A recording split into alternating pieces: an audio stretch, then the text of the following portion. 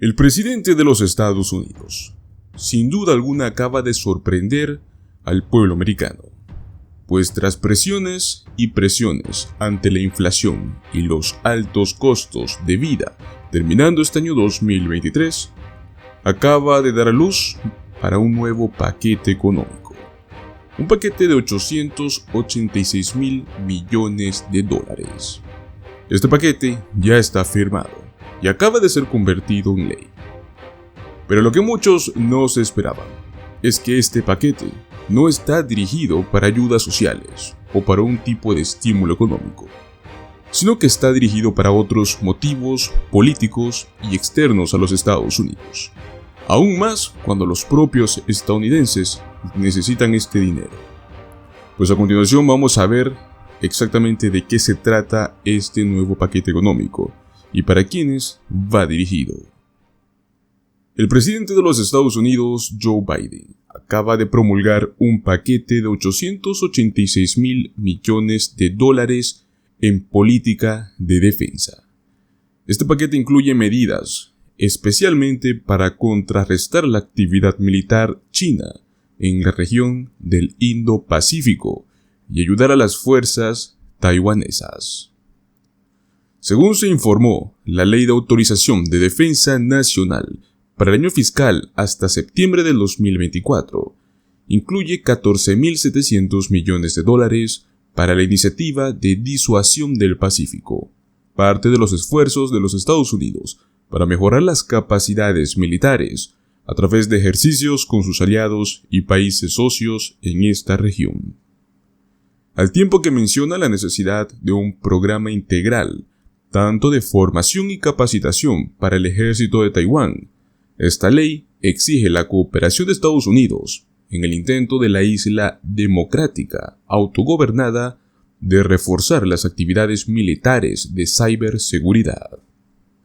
Pero esto no es todo, ya que también dio luz verde a un plan para vender submarinos de propulsión nuclear a Australia, en el marco denominado Asociación Trilateral AUKUS, en la cual también participan Gran Bretaña.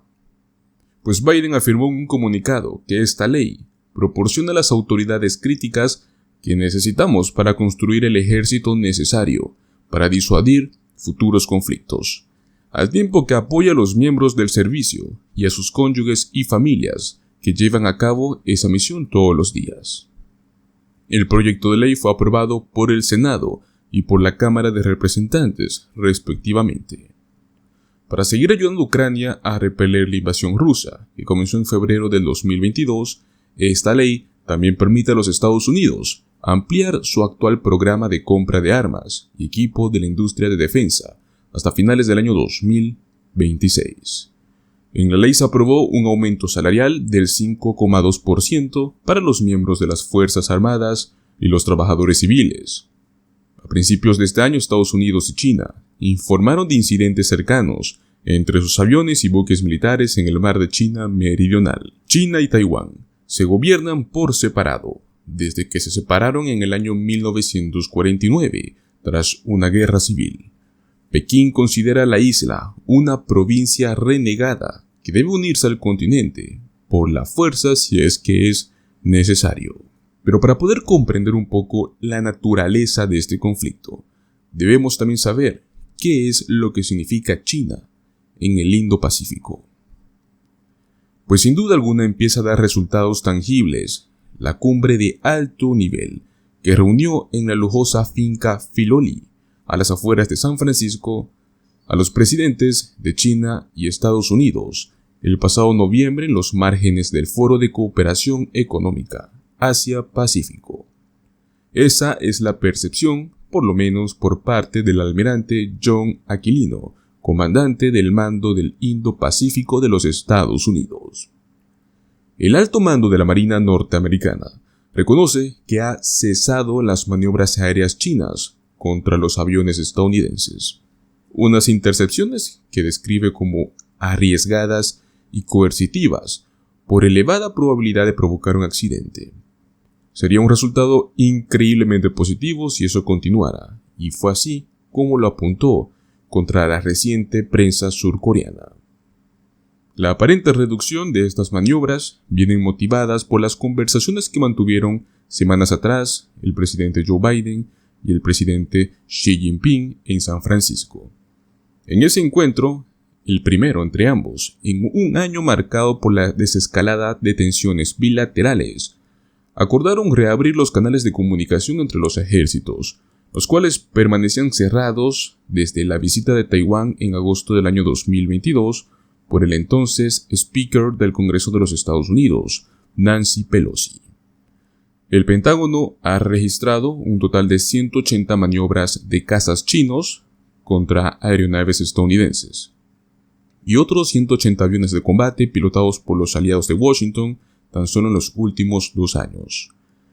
El riesgo ha sido elevado. Las maniobras o intercepciones suceden cuando un caza se aproxima a otra aeronave perteneciente a las Fuerzas Armadas de otro país. Normalmente, como parte de una acción de seguimiento, esto suele suceder.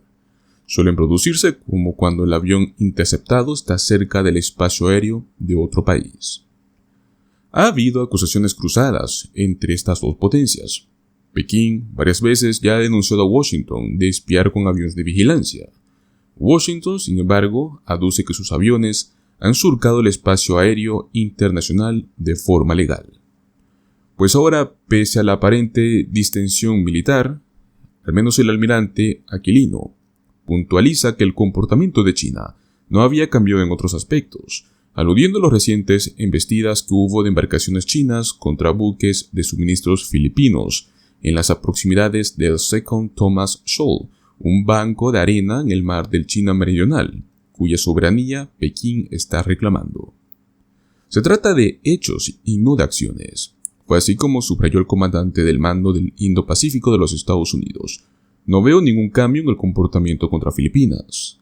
Pues Aquilino busca reunirse desde hace casi 3 años con sus homólogos en las filas del Ejército Popular de Liberación. Obviamente hasta ahora sin éxito. Dijo no haber recibido ninguna respuesta positiva por parte de Pekín hasta la fecha, pero mantenían la esperanza de que respondan en breve y que se pueda mantener una conversación. El ejército estadounidense mantiene también las altas expectativas de que esa reunión tenga lugar los próximos meses, dado pues el encuentro que mantuvieron el máximo responsable de la política de defensa de los Estados Unidos en China, Michael Chase, y el agregado de defensa de Pekín en Washington, el general de división Liu Shan, antes del cara a cara entre Biden y Xi Jinping. La administración de Biden empezó entonces a negociar con China una serie de compromisos militares de alto nivel para el año 2024, tras una propuesta inicial del Departamento de Defensa de los Estados Unidos. Pero las partes advirtieron que esos acuerdos llevarían tiempo, y es que es por cuestiones burocráticas relacionadas con la toma de decisiones en el seno de las Fuerzas Armadas chinas. La destitución oficial hacia finales de octubre del que era el ministro de Defensa, Li Shangfu, llevó en un paradero desconocido desde agosto, y eso, sin duda alguna, es lo que ha estado enfriando aún más el diálogo entre dos grandes potencias.